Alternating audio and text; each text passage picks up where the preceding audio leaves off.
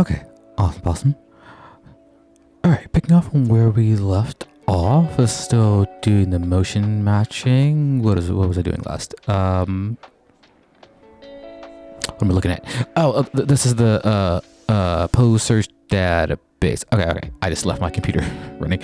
Okay, so what I was doing last is that we were setting up the motion matching database. So we created this pose search schema, which asked us to assign the specific skeleton that we're working with, and we're working with this isn't the skeleton, but it's this hero mannequin mesh, this guy, this blue guy. So I'm going to close him. So that's what the pose search schema is looking for. That guy's mannequin. Where's my stuff? Motion matching. There you are. But we were in this pose search database, which has all the animations I want for doing a walk blueprint. So we have our idle, our walking backwards, forwards, left, right. And those are the 4 directions. And they each have like a start, a stop, and then the full-on like walk loop. So that's all good. That's all we need to set up here. I think I'm forgetting one. Oh yeah. For motion matching, if we go to our animations, which is heroes, locomotion, unarmed, we just have to make sure all these are using root motion, which because they are motion capture, they should be using root motion. But if we're not sure, we can highlight everything by, I can just do Control A. I think that does it. Yeah. Right click, go to Asset Actions, and go to Edit, Selection, and Property Matrix. It'll load in all the animations into this kind of like master kind of matrix editor, and we can see we have enable root motion on for all of them, which is good. If they're not on for any of them, you just have to go through and tick them, or you can hit A, or I think it's Control A. It's Control A, and then hit this little button to enable them, and we see it ticks them all on. As well as we need to enable force root lock, because motion matching works with root motion enable. I don't think it works without it, so we have to do this. But cool. So that's all good. I'll close this. And now what we can do is I can also close this database. I don't think I need it anymore.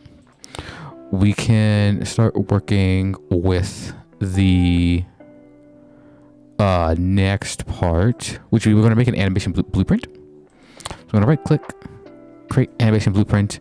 It'll look for the skeleton that I want, and I'm looking for the blue mannequin. So SKM? No, it's just SK mannequin, the blue one. So this guy. But again, I think these two are the same, so it doesn't really matter. But I'm gonna stick with the blue one just for safety, and I'll call this APB.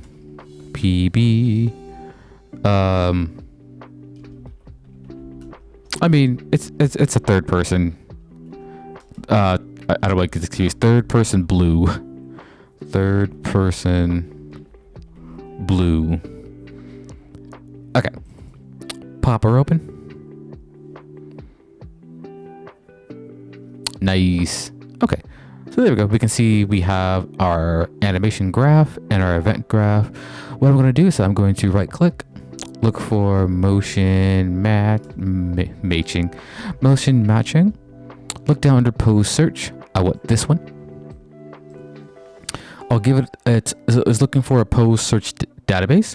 So PSD underscore, what I call this? Walking? I did.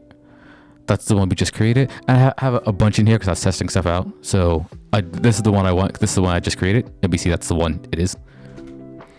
And I'll drag off from this little guy and I'll look for a pose search. Sorry, a pose history. That's what I want. I'll connect this up. I'll hide everything. I'll hit Q to make it all into one line. That's all we need for now. We're going to oh cool, you're already working. Yay. We're not done here, but this is all we need for right now. Now I'm going to go over to the event graph, and I want to get the Try-Get pawn owner. I'm just moving this up because I want to do initialize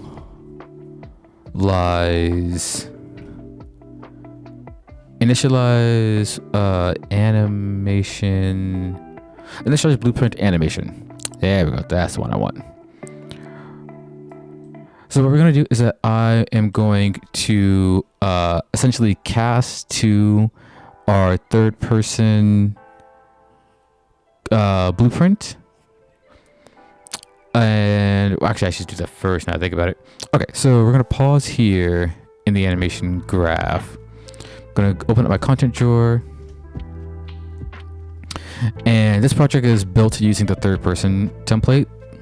So in my project, I should have this third person blueprint. I'm looking for this guy, which I already have set up. If you don't have the third person stuff in your project, you can go to add, import future content, and click on third person and add it into your project. But I want this guy. You see he's already blue because I already changed some stuff, you know? Yeah, I've already changed things. Either way, what we're going to do is that we're going to add in this character trajectory component. This is from the plugin that we did last time. So if I click on it, type in trajectory, we can see we have it. That's all we have to add. We just have to click on this and it'll add it down there. And nice. So we see we have the blue character here. If you're just using the basic third person character, this one should be gray for you.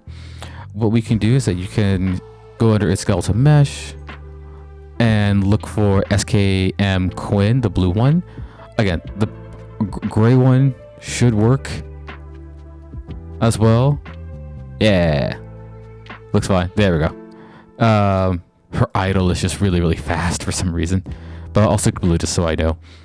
And what we have to do is we have to add in our animation blueprint class that we just made. So this is for my old one, so I will look for characters, motion matching. This is the one I have on right now. I want this one. So I will set it. Lovely. Okay. So now that's set. Looks like you're going even faster. Weird. Okay, cool. So that's all we have to do for that. So now if we come back over here, what we can do is I can drag off from this Try-Get pawn. I can cast to third person. The third person character, the thing we were just messing around in. Or character, I think both are fine, but I'll do third person for this. I'll promote this to a variable, just so I have it. And we're doing this in kind of like so this is the blueprint initialize animation. This is kind of like our on start. And this part, this event blueprint update is like our tick or update. So it's going to update every frame, but this will only run once. So this is why we want to cast in here. It's a bit more optimized than casting every frame in here. And what we want to do is drag in our third person character blue variable that we just made. That's this guy over here. We're going to look for the trajectory, get character trajectory. And we're going to promote this to a variable. And we're going to be updating this every frame. Cool. So now we have that variable there. We see it's running. That's good. Now I want to come back into our animation graph. And we're going to bind that trajectory to this trajectory because this is looking for a trajectory. So I'm going to click on this node. Click on this pin over here, this trajectory pin. And I can look under here, click trajectory. And what we're doing is that we're binding that variable to that pin. So it's always getting that character trajectory when it's always getting the trajectory of the player every frame. And if I'm not mistaken, I think I did everything already. This feels weird. Feels really weird. Well, let's test out and see. So I will close these windows. I will go to my world settings. I already have my third person blueprint game mode, which will spawn in the third person character. And if I'm not mistaken, if I hit play, lovely. If this is the new one, they'll only walk. So let's see what happens. Holy crap, I did it right. That's fantastic. that's basic. Got the stop motion going. Nice. That's all good. Cool, yeah.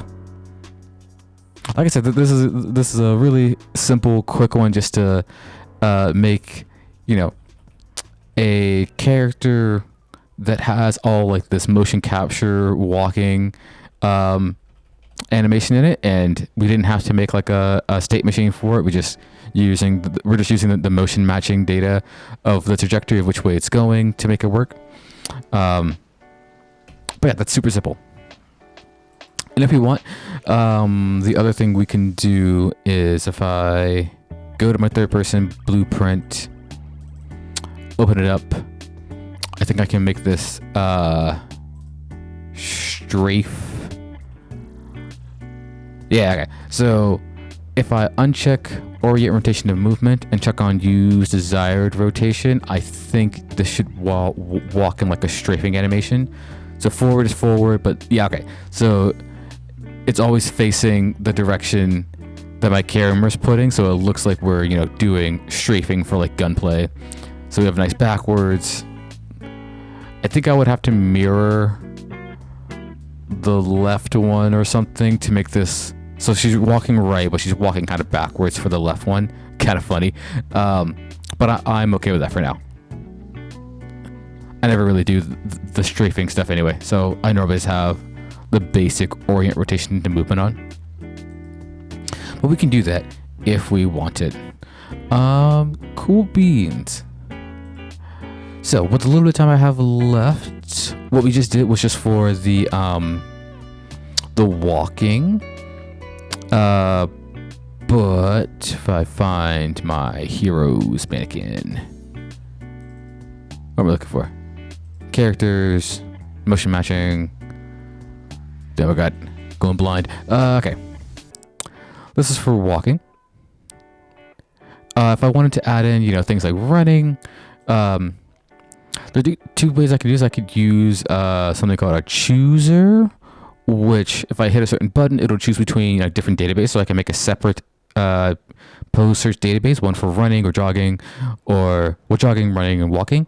And when I hit a certain button, it'll switch to the different database to play the correct animation.